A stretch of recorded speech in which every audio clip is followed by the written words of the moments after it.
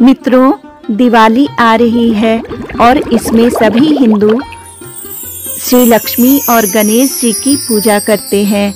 लेकिन भक्तों, कभी आपने सोचा है कि हम लक्ष्मी और गणेश की ही पूजा क्यों करते हैं, लक्ष्मी जी और विष्णु की पूजा क्यों नहीं करते? आइए देखते हैं इस कहानी के माध्यम से। एक बार विष्णु जी और लक्ष्मी जी दोनों साथ बैठे हुए थे। लक्ष्मी जी अपनी प्रशंसा किए जा रही थीं। वह कह रही थीं कि इस संसार में मैं जिसके पास जाती हूँ वह धन धान्य से परिपूर्ण हो जाता है। लोग मुझे मनाने के लिए लाख यत्न करते हैं। मैं तो जिसके पास रहती हूँ उसके पास खुशियाँ ही खुशियाँ होती हैं और लोग मेरी कितनी कद्र करते हैं। और यह कहते हुए वह बहुत ही इतरा रही थीं। उनका घमंड देखकर विष्णु जी सोचते हैं कि लक्ष्मी जी के अंदर तो अहंकार आ गया है, जो कि अच्छी बात नहीं है और इनके अहंकार को दूर करना मेरा ही कर्तव्य है। फिर वह उनसे कहते हैं कि लक्ष्मी, तुम एक बात जानती हो कि तुम बहुत सुंदर हो, तन से भी मन से भी सबका कल्याण करती हो, लेकिन तुम अधूरी हो, तुम पूर्ण नहीं हो। विष्णु जी की बात सुनकर लक्ष्मी जी बहुत चिंतित होती हैं और कहती हैं कि आप मुझे ऐसा कह रहे हैं कि मैं अपूर्ण हूँ? वह कैसे स्वामी? बात थोड़ी चिंताजनक है। मैं तुम्हारा मन दुखाना नहीं चाहता, लेकिन क्या करूँ, मैं समझता हूँ यह मेरा कर्तव्य है कि मुझे ये बात तुम्हें बता देनी चाहिए कि तुम माँ नहीं हो। जब तक स्त्री माँ नहीं बनती तब तक वह पूर्ण नहीं होती है। विष्णु जी की इतनी बात सुनते ही उनके आंखों से आंसू गिरने लगते हैं। उनको अपनी कमी का एहसास होता है। वह रोते हुए अपनी सखी पार्वती जी के पास जाती हैं, जो उनके आसपास ही रहती थीं। जब वह उनके पास जाती हैं तो वह पार्वती जी देखती हैं कि अरे, आज तो लक्ष्मी जी बहुत ही शांत हैं। ऐसे तो रोज वह छमछम करती हुई आती हैं, लेकिन आज क्या बात है कि वह अलग ही लग रही हैं। तब वह उनसे कहती हैं, क्या हुआ है लक्ष्मी, तुम तो बहुत अलग लग रही हो, जबकि तुम हमेशा खुश रहती हो और सबका कल्याण करने वाली हो, लेकिन आज इस तरह की उदासी क्या बात है? पार्वती जी का इतना ही कहना था।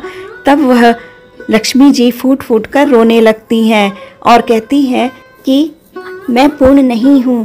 तब पार्वती जी कहती हैं कि यह तुम कैसी बात कर रही हो? तुम्हारे बिना तो कोई आयोजन नहीं हो सकता, तुम्हारे बिना तो किसी को मान सम्मान प्रतिष्ठा नहीं मिल सकती। तुम्हारे से ही तो यह जगत व्याप्त है। गृहस्थियों की गृहस्थ तुम्हारी वजह से ही चलती है। लक्ष्मी जी कहती हैं, हाँ यह सब ठीक है, लेकिन इसके बाद भी मैं पूर्ण नहीं हूँ, क्योंकि मैं माँ नहीं हूँ, मेरी कोई संतान नहीं है। उनकी यह बात सुनकर पार्वती जी कहती हैं कि यह तुम कैसी बात कर रही हो? मेरे 2 पुत्र हैं, कार्तिकेय और गणेश। तुम इनमें से जिसको चाहे ले सकती हो। वह तुम्हारे भी तो पुत्र हैं, तुम इन्हें अपना दत्तक पुत्र बना लो। गणेश जी वहीं पर टहल रहे थे।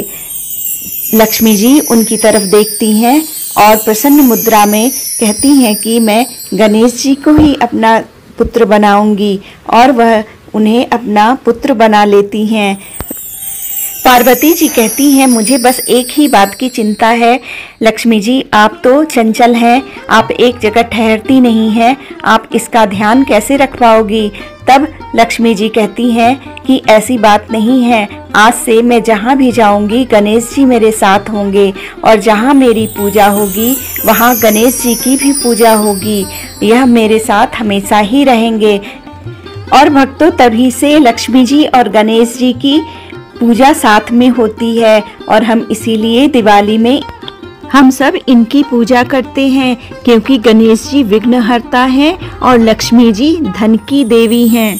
दोनों का ही मेल हमारे जीवन को खुशियों से भर देता है, क्योंकि बिना बुद्धि के धन खर्च करना जोखिम भरा होता है। या देवी सर्वभूतेषु लक्ष्मी रूपेण संस्थिता, नमस्तस्यै नमस्तस्यै नमस्तस्यै नमो नमः। मित्रों, दिवाली की आपको बहुत बहुत शुभकामनाएं।